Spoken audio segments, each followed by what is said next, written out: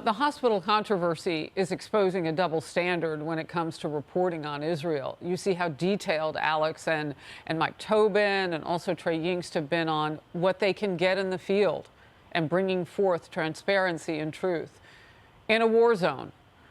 The Wall Street Journal editorial board points this out, and here's what it writes. In 2016, U.S. CENTCOM released a statement. Coalition strikes Mosul hospital. The Islamic State, it explained, was using the hospital as a base of operations. Accordingly, the U.S.-led coalition conducted precision strikes. The story, or rather the scandal, wasn't that the U.S. struck the terrorists where they hid. No, the way it got reported was that terrorists had used the hospital for cover in the first place, didn't come out. What did? In Gaza, Hamas terrorists used the same war crime tactics. Only now observers are rushing to apologize for it.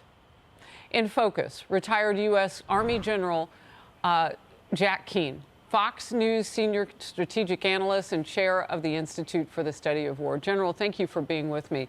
Look, battlefields are difficult enough without being misreported, misrepresented on what's going on the ground. And all of this, I would imagine, puts a lot of pressure on Israel. They have to know that the PR is part of the problem.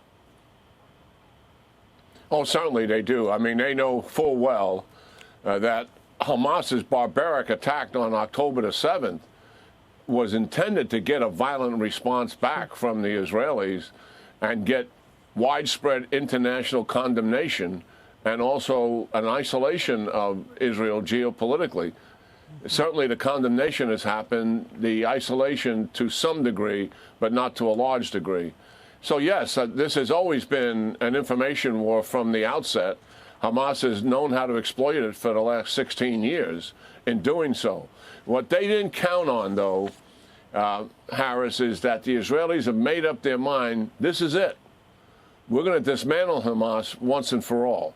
Hamas knew that Israel would come into Gaza and conduct attacks, but they didn't count on the fact that they have a singular aim, and that is to destroy the effectiveness of this organization.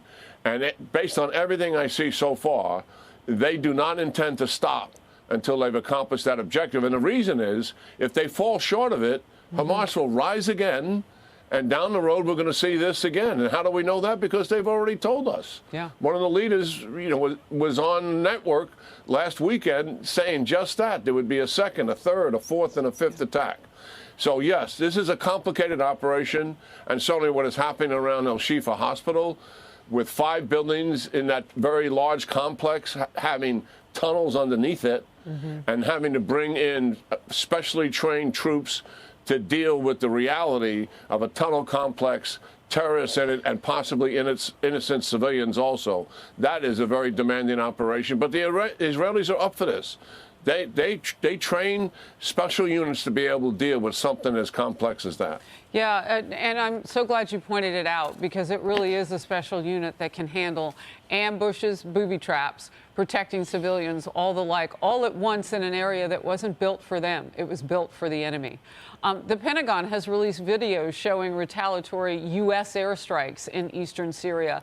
That happened on Sunday, and that was the 3rd time the U.S. hit back against Iran's proxies, those bought, paid for, trained killers that they have fighting for them against us. And they've hit our troops 53 times in that region. Well, it doesn't seem like the deterrence, and now it's popped up to 56. It doesn't seem like the deterrence of those 3 times we hit them is anywhere close to working. 56 U.S. service members have been hurt as well. 1 American contractor killed. And given that aggression, a lot of backlash over the Biden administration just renewing sanctions. They just renewed a sanctions waiver with all of this going on, and they know Iran is behind this with its proxies. The move could allow Iran to access up to $10 billion from Iraq, the State Department playing some defense, as you might imagine. Let's watch. They get their hands on 0 additional dollars as a result of these waivers. Again, none of these funds are sent to Iran. They are held in third-party accounts outside Iran and can be used only for humanitarian and other non-sanctionable purposes for the benefits of the Iranian people. And if not back from the dead, look at this. ISIS is posting videos online. It's calling for attacks using suicide bombing vests on Jewish people in the U.S. and in Europe, also at Israeli embassies worldwide and U.S. bases in the Persian Gulf. A short time ago, the FBI head Christopher Wray spoke directly to this during a House hearing underway right now on threats to the homeland. We've seen a rogues gallery of foreign terrorist organizations call for attacks against Americans and our allies. ISIS urged its followers to target Jewish communities in the United States and Europe. Given those calls for action, our most immediate concern is that individuals or small groups will draw twisted inspiration from the events in the Middle East to carry out attacks here at home. Now, General, you know the first time somebody hears the word ISIS again in this way, the question is, oh, we thought we'd taken them out completely. Talk to me about that and how much you think this, or what this means, that they are in the game now. Well, you covered a lot there, but a couple of points. Number one, this attack that Hamas did and the worldwide coverage that it's received has really energized radical Islamic movements worldwide. And certainly our intelligence services have got to be watching this like a hawk, particularly given the open border that we have in the United States, and also for potential attacks at our U.S. bases and embassies around the world. So the antenna clearly has to be up for something like this. In terms of the money going to the Iranians, I mean, I'm stunned that after all this time that the administration would do something like this.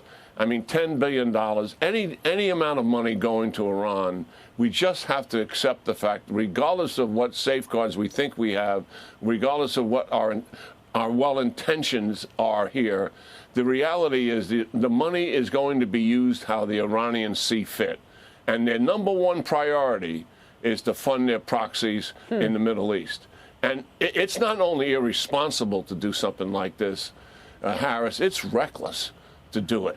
And that's the shame of it in terms of making a decision like that. And can you imagine at this particular time when the Iranian proxies are on the march in the Middle East in full view of everybody, that we're going to help get them flush with additional money?